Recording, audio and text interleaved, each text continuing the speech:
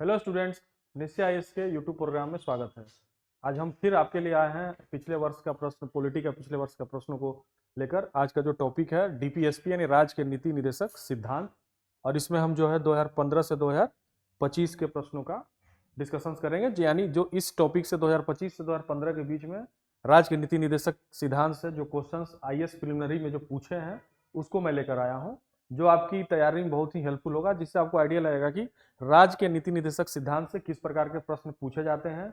वो एक आइडिया लगेगा, प्रश्नों की प्रकृति के बारे में आप समझ पाएंगे और साथ ही साथ अपने तैयारी को एक नई दिशा दे पाएंगे। प्रश्नों की प्रश्नों के डिजाइन को देखकर आप, या प्रश्नों का जो पूछने की जो कला है यूपीएससी की, जिस तरीके से वो प्रश्न पूछता है, जिस तरीके से वो प्रश्नों को दोहराता है, तो इन सारी चीज़ों के बारे में आपको एक आइडिया लग जाएगा। तो ये सारी चीज़ हम इस क्लास में प्रयास करेंगे ताकि आपके लिए ज़्यादा से ज़्यादा लाभप्रद हो।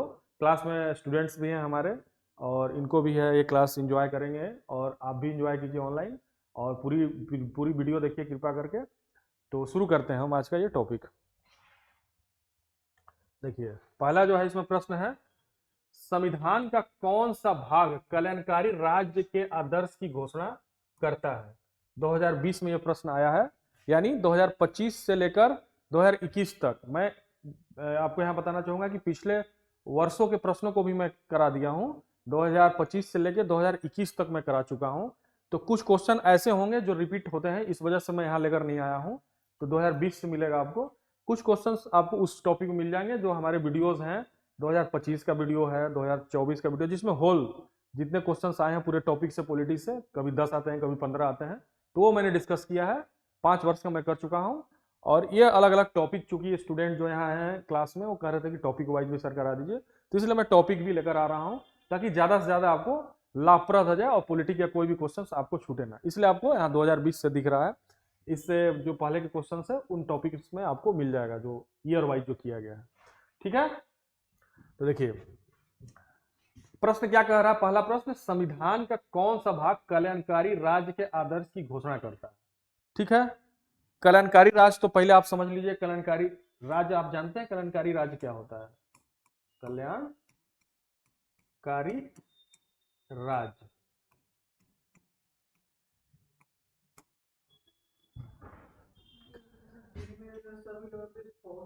हाँ, जैसे मान लीजिए कि जैसे गरीबी दूर करो, गरीबी दूर करना,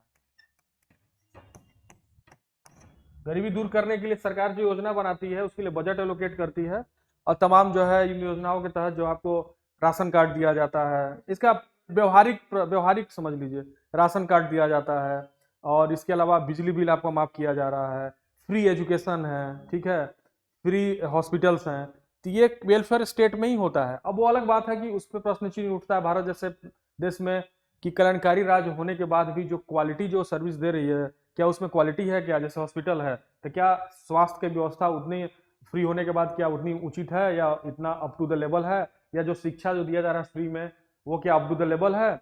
तो इसी वजह से जो कल्याणकारी राज्य की जो अवधारणा होती है, लोगों के कल्याण संबंधी जो गवर्नमेंट योजनाएं बनाती है उन योजनाओं को कार्यान्वित करती है ताकि ज्यादा से ज्यादा जो जनता का लाभ हो और आर्थिक लोकतंत्र आए। केवल राजनीतिक लोकतंत्र की बात नहीं किया जाता है, आर्थिक लोकतंत्र जब तक आप नहीं समझेंगे, आर्थिक लोकतंत्र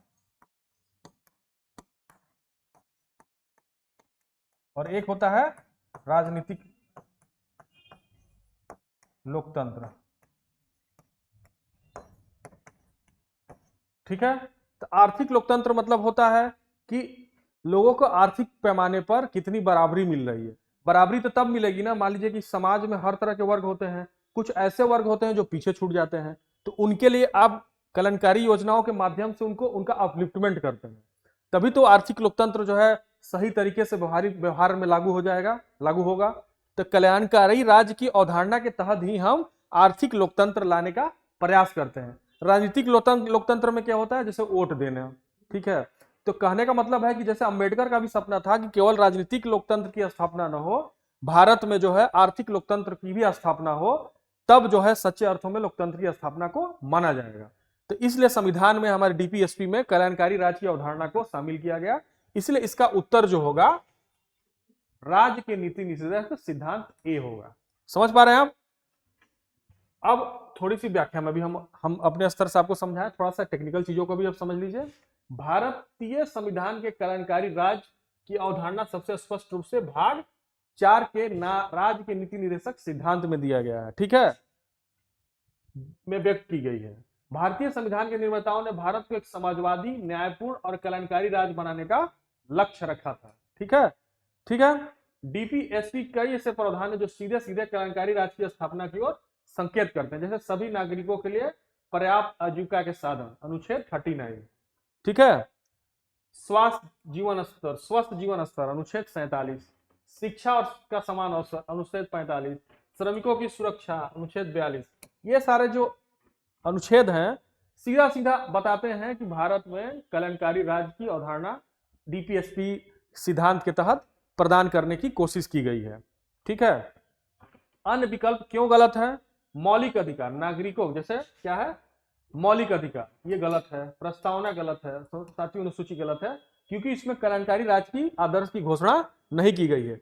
अब हम समझते हैं कि क्यों क्या क्या की गई है। मौलिक अधिकार नागरिकों के अधिकार बताते हैं कि आपके अधिकार कौन कौन से हैं, लेकिन कल्याणकारी राज्य की घोषणा नहीं करते हैं। इसमें सीधा सीधा बताया जाता है कि जैसे मान लीजिए कि घूमने की स्वतंत्रता, कहीं भी बसने की स्वतंत्रता, आजीविका खोजने की स्वतंत्रता, ठीक है, फ्री स्पीच है जो आर्टिकल 19 के तहत, बोलने की स्वतंत्रता, वाक अभिव्यक्ति की स्वतंत्रता, तो या फिर अपने संस्कृति की संरक्षणा के लिए आप शिक्षा की व्यवस्था कर सकते हैं। तो ये सारे तमाम स्वतंत्रता, समानता का सिद्धांत, तो ये तमाम जो है आपको जो अधिकार जो दिए गए हैं मौलिक अधिकार के तहत दिए गए। तो मौलिक अधिकार में आपके अधिकारों को बताया तो जाता है, लेकिन ये नहीं बताया जाता कि इसमें सीधा सीधा कि कल्याणकारी राज्य है। उसी प्रकार प्रस्तावना जो है, प्रस्तावना मतलब प्रियम्बल, उद्देशिका, जो समझिए इसको आप, राज्य का स्वरूप समाजवादी न्याय जरूर बताती है, पर विस्तृत कल्याणकारी सिद्धांत नहीं देती है कि राज्य का स्वरूप क्या है, समाजवादी होना चाहिए, सोशलिस्ट होना चाहिए, जस्टिस पे आधारित होनी चाहिए, हमारे संविधान, हमारे प्रियम्बल में बताया गया है, ठीक है, लेकिन विस्तृत कल्याणकारी राज्य की अवधारणा को पेश नहीं करती है। उसी प्रकार से 7वीं अनुसूची केवल केंद्र राज्य के विषय सूची है, कल्याणकारी राज्य की घोषणा नहीं करती है, ठीक है, समझ पा रहे हैं आप। अब हम लोग आगे बढ़ते हैं। देखिए, भारत के संविधान के भाग 4 में निहित प्रावधानों के संदर्भ निम्नलिखित में से कौन से कथन सही है? वे न्यायालय द्वारा परिवर्तनीय होंगे, ठीक है, वे किसी भी न्यायालय द्वारा परिवर्तनीय नहीं होंगे। इस भाग में निर्धारित सिद्धांत राज्य द्वारा कानून बनाने को प्रभावित करने के लिए है। भाग 4 में क्या है? डीपीएसपी है, ठीक है, डीपीएसपी के बारे में मतलब डायरेक्टिव प्रिंसिपल ऑफ स्टेट के बारे में ये क्वेश्चन पूछ रहा है। हम लोग टॉपिक भी वही कर रहे हैं, 2020 में प्रश्न आया हुआ है। अब क्या कर रहा है, वे न्यायालय में परिवर्तनीय होंगे। न्यायालय में परिवर्तनीय नहीं होता डीपीएसपी, हम आगे समझेंगे कि क्यों नहीं होता है। वो किसी न्यायालय द्वारा परिवर्तनीय नहीं होंगे, ये सही है, ठीक है। इस भाग में निर्धारित सिद्धांत राज्य द्वारा कानून बनाने को प्रभावित करने के लिए है। भाई, कोई भी कानून बनाने से पहले देखा जाता है कि हमारे जो डीपीएसपी में है उसके सिद्धांत को ये लागू कर रहा है कि नहीं, ठीक है। तो इसलिए जो है दूसरा और तीसरा सही हो जाएगा। तो हम बाकी समझते हैं व्याख्या में भी। और देखिए, पहला कथन गलत है, जैसा कि मैंने कहा, डीपीएसपी कानूनी रूप से परिवर्तनीय नहीं है। किसी व्यक्ति द्वारा अदालत में जाकर इनका परिवर्तन या इन्फोर्समेंट की नहीं मांगा जा सकता। अनुच्छेद 37 स्पष्ट करता है कि इन्हें न्यायालय द्वारा लागू नहीं किया जा सकता। अब इसका कारण भी आप लोग समझ लीजिए, ये तो स्पष्ट कर दिया गया आर्टिकल 37 में कि न्यायालय द्वारा परिवर्तनीय नहीं है डीपीएसपी। और यही जो है आपको डीपीएसपी और फंडामेंटल राइट में आपको अंतर बताता है। फंडामेंटल राइट को आप न्यायालय में परिवर्तनीय करा सकते हैं आर्टिकल 32 और आर्टिकल 226 के द्वारा, ठीक है। 226 भी जानते होंगे आप लोग, हाई कोर्ट, और ये सुप्रीम कोर्ट, ठीक है, आप जा सकते हैं। डीपीएसपी को नहीं करा सकते, नो। क्यों?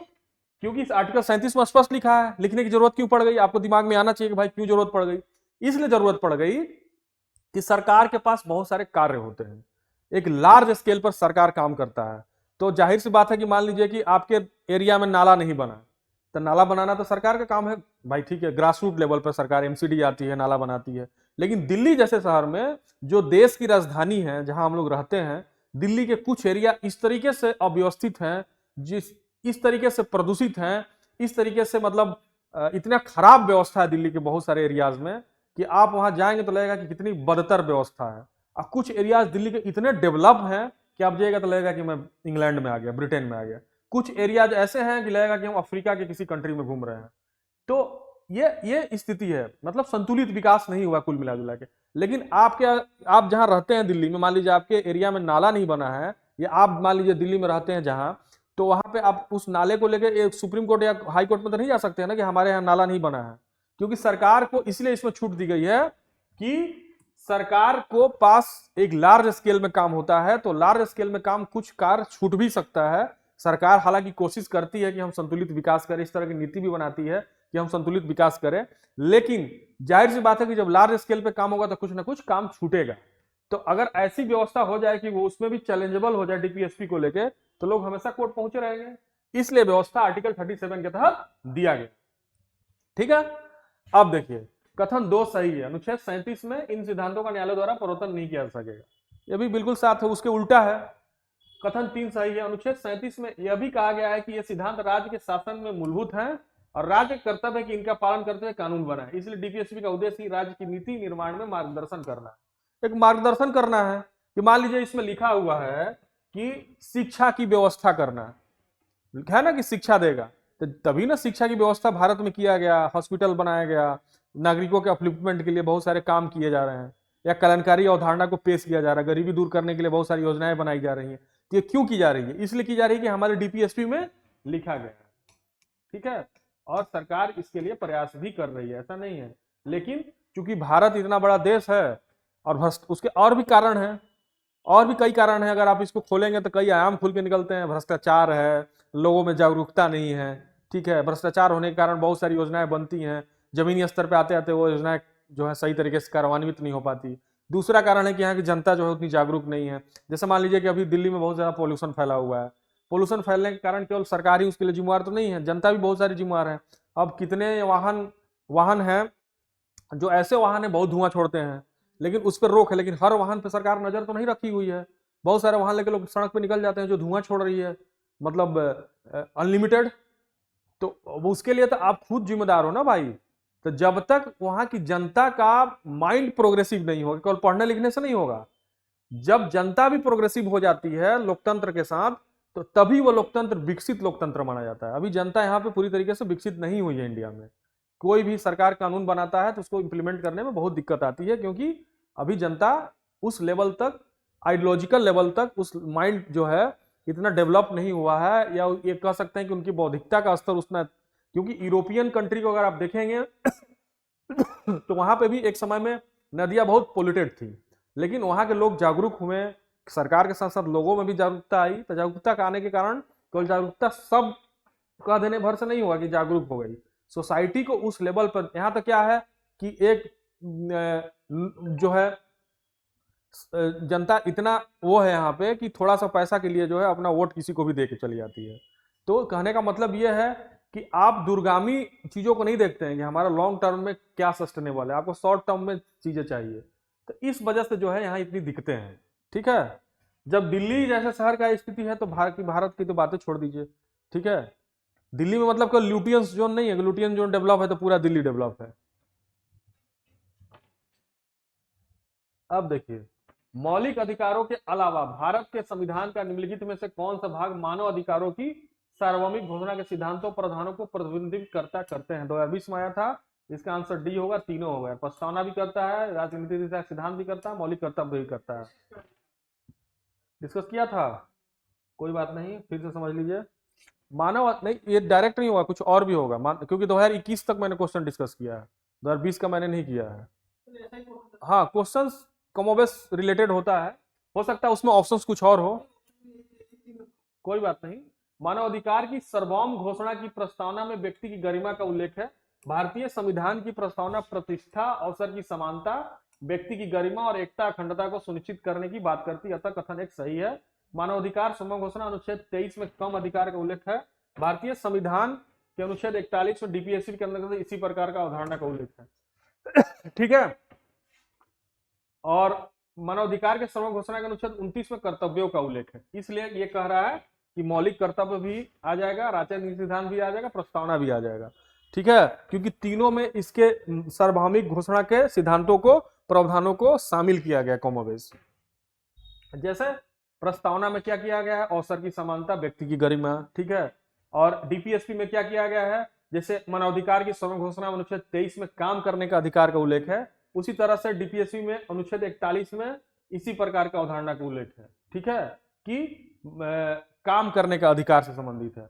मानवाधिकार की सर्व घोषणा के अनुच्छेद 29 में कर्तव्यों का उल्लेख है कि क्या कर्तव्य होना चाहिए। इसी से प्रेरित होकर 1976 द्वारा संविधान के भाग 4A में अनुच्छेद 51A में फंडामेंटल ड्यूटीज, सुने होंगे आप, फंडामेंटल ड्यूटीज जो है उसको शामिल किया गया। अब हम लोग चलते हैं चौथे प्रश्न पर। भारतीय संविधान में कल्याणकारी राज्य की आदर्श इसमें निहित है, 2015 में है।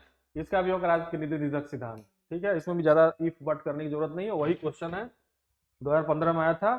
कल्याणकारी राज्य की अवधारणा है जिसमें राज्य अपने नागरिकों के आर्थिक और सामाजिक कल्याण की सुरक्षा और संवर्धन की महत्वपूर्ण भूमिका निभाता है, ठीक है। कल्याणकारी राज्य मैं समझा दिया था, वही यहाँ कह भी रहा है।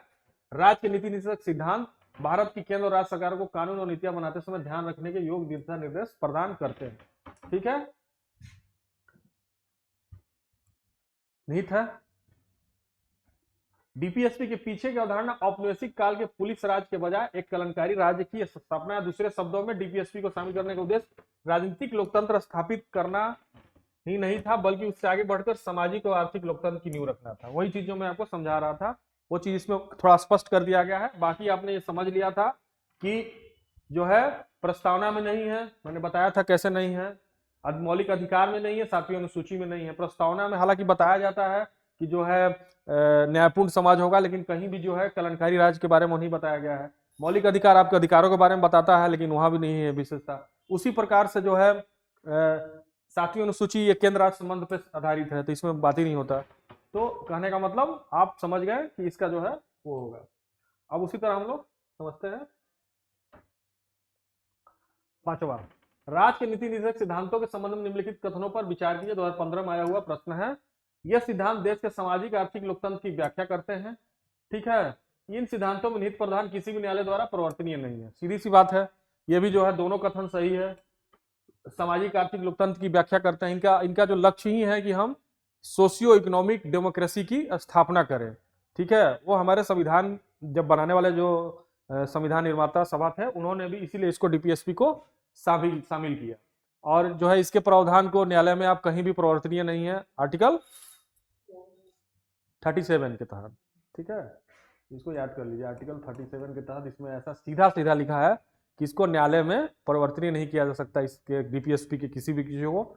और ये तो मैं इसमें लिखा हुआ है और कारण भी समझा दिया कि क्यों नहीं किया जा सकता है। और यही इसी कारण की वजह से फंडामेंटल राइट से डीपीएसपी अलग हो जाता है, ठीक है, यही अंतर भी है। इसका आंसर 1 और 2 हो जाएगा। और आपका इसका व्याख्या हम लोग देख लेते हैं। डीपीएसपी का मूल उद्देश्य केवल राजनीतिक लोकतंत्र नहीं बल्कि सामाजिक आर्थिक लोकतंत्र स्थापित करना है। इन्हें संविधान के भाग 4 में रखा गया और सामाजिक न्याय, आर्थिक अवसरों की समानता, गरीबी उन्मूलन, शिक्षा आदि राज्य को मार्गदर्शन देते हैं। जितने भी उदात्त मूल्य हो सकते हैं, समानता, गरीबी, न्यायपूर्ण समाज, सबको दूर करने का एक तरीके से इसमें डीपीएसपी में दिया गया है। और अनुच्छेद 37 स्पष्ट रूप से कहता है कि न्यायालयों में नहीं होंगे, तो मैंने उसमें भी बता दिया, व्याख्या में भी वही चीज लिखा हुआ है। इसी के साथ जो है आज का ये जो है हमारा डीपीएसपी से संबंधित क्लास समाप्त होता है। डीपीएसपी से संबंधित क्वेश्चन जो पिछले वर्षों में आए हैं 10 वर्षों में, उसको मैंने शामिल किया। कुछ क्वेश्चंस जो हमारा जो वर्ष ईयर वाइज जो मैंने टॉपिक कराया है, उन ईयर वाइज में मिल जाएगा आपको 2025 से 2021 के बीच में इससे जो प्रश्न आए होंगे। बाकी 2020 के बाद जो प्रश्न थे वो इस क्लास में मैंने शामिल किया। आशा है इससे क्लास से आप लाभान्वित हुए होंगे। आगे मिलते हैं नेक्स्ट टॉपिक में या नेक्स्ट किसी ईयर के टॉपिक के साथ। तब तक के लिए थैंक यू। लाइक और कमेंट करना ना भूलें। Thank you so much.